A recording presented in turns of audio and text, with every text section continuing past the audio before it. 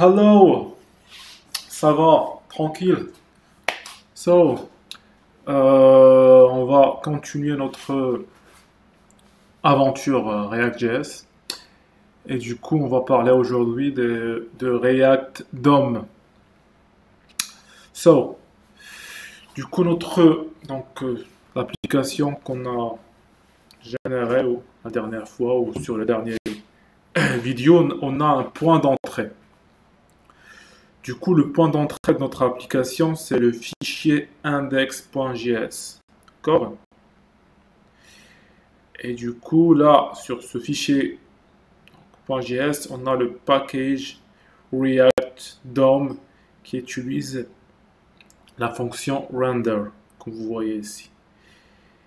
Et ce React DOM render, il prend deux éléments, deux arguments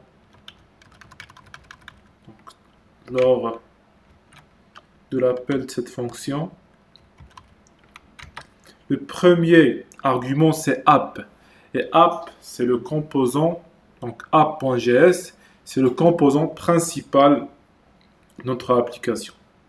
D'accord? Pour voir, on va faire npm start pour démarrer le serveur de dev.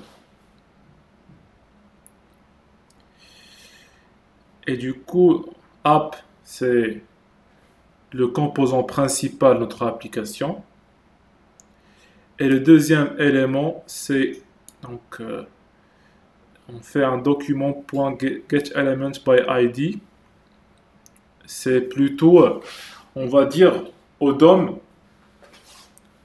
où on va mettre plutôt notre composant app. Donc, je répète.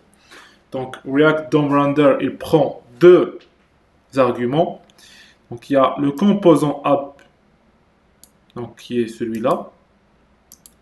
Et ici, on dit au DOM où on va afficher notre composant app.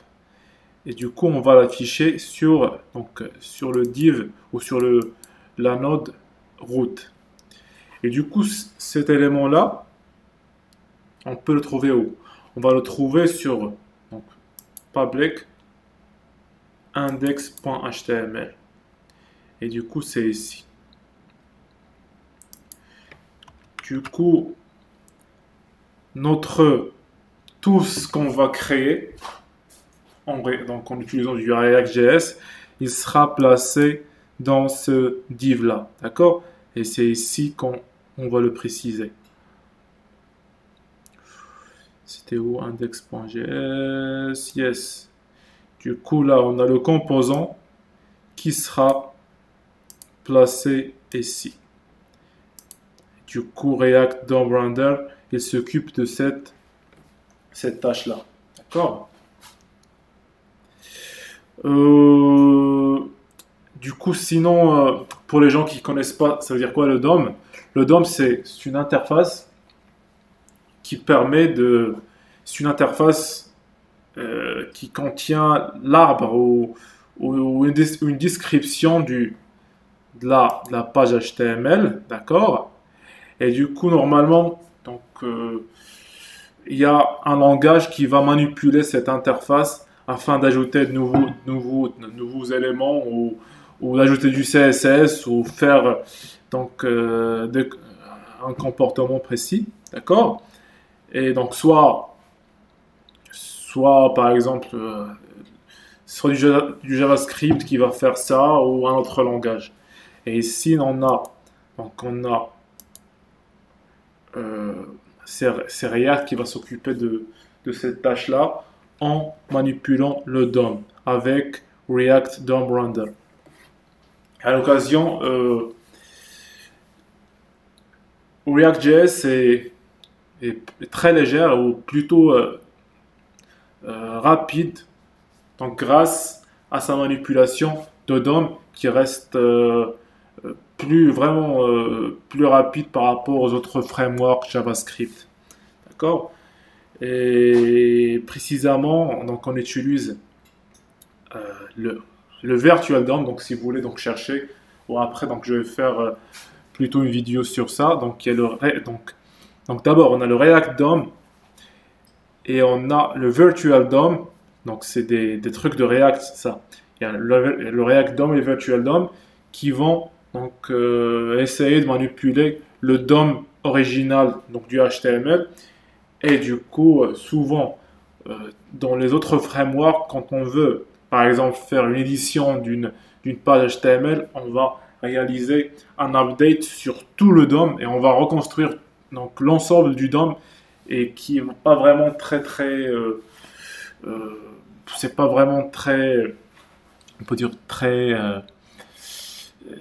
on consomme pas mal du temps pour faire ça par rapport à React.js. React.js, donc il utilise le Virtual DOM afin de modifier qu'une partie, que la partie qu'on a modifiée sur notre Virtual DOM. Et du coup, on va pas reconstruire toute une page non, pour pas grand chose. Par exemple, dans une liste de 10 éléments, on peut faire une modification sur un seul élément. Et souvent, la plupart des autres frameworks, donc ils vont reconstruire tout le DOM, même si on a fait donc une modification que sur un seul élément. Et l'avantage de React.js, c'est avec le Virtual DOM, on va vraiment faire la modification que sur un seul élément et du coup on va économiser pas mal du temps. Ok, donc du coup cette vidéo c'était sur le React DOM et sur l'index HTML. Donc là on est toujours en train de comprendre comment ça marche notre application React. Et du coup, on n'est pas encore arrivé au développement, mais ça, donc déjà, donc d'avoir une bonne idée sur le framework, comment ça marche, comment on fait comment dire, le dev et tout ça, c'est bien. Moi, au début, quand je faisais du dev VGS, j'étais en train de faire du dev.js directement sur mes composants. Non, je parle du dev React.js. Donc, j'étais en train de développer sur les composants. Mais de temps en temps, je me disais, mais comment dire, ce dev, comment dire, il est affiché où, sur quelle page HTML. Après, j'ai commencé à regarder sur ma page HTML. Je me suis dit, ouais, mais il y a un div, c'est tout. Et du coup, bon, après, j'ai compris qu'on passe par l'index.js et par le React DOM afin de manipuler le DOM d'autres pages HTML. Ok, j'espère que j'étais clair. Et donc, si vous avez des questions ou des remarques, donc vous pouvez me laisser par commentaire et mettez des likes et partagez la vidéo si vous l'aimez. Ok, ciao, ciao.